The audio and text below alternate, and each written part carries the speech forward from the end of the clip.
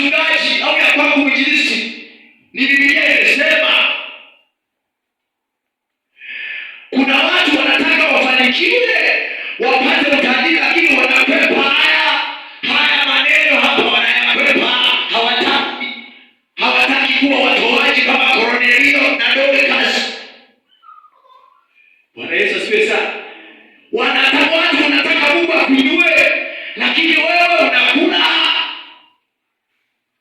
unamwibia faida yake. Haleluya. Bwana Yesu asifiwe sana.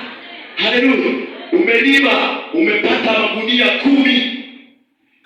Gunia moja ni la Bwana. Amen. Gunia moja kwenye magunia 10 ni la nani? Ni la Bwana. Na wala usiulize kwamba hii gunia nimelitoa inaona wapi. Kornelio alikuwa ni mwanajeshi na nyota nyingi, mkuu wa majeshi, lakini alikuwa akipeana na watu wanatoa sadaka, anatoa. Alikuwa na cheo kikubwa jeshini, lakini anatoa. Ndipo Mungu akasema, sadaka yako Kornelio, mtu wa mataifa ambaye ulikuwa hata hujaokoka, lakini unajua kumtolea Bwana, kama sadaka yako imekuwa ukumbusho. Ndipo akatuma malaika wakaingia nyumbani kwa Kornelio. Biblia inasema alikuwa na shamba, ilikuwa yapata saa 9. Akashangaa mtu amesimama mbele yake. Malaika akamwambia, nimetumwa na Mungu kuja nyumbani kwako, maana sadaka zako zimekuwa ukumbusho. Haleluya. Bwana Yesu asifiwe sana. Nimehubiri, Mungu nisaidie, nafundisha niseme. Haleluya.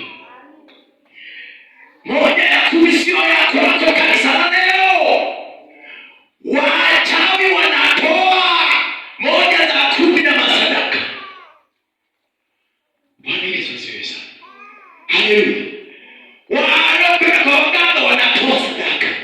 Sasa najiulizaga, hawa ambao hawataki kutoa sadaka hizo, au wanaoleta challenge kwenye hayo matoleo, wao wanataka wawe watu gani? Bwana Yesu asifiwe sana. Haleluya. Haleluya. Watu wamekuwa, kanisa la leo tumekuwa wagumu sana. Ile Mithali 11 inasemaje? Mithali 11 mstari ule wa ngapi? Mstari wa 24.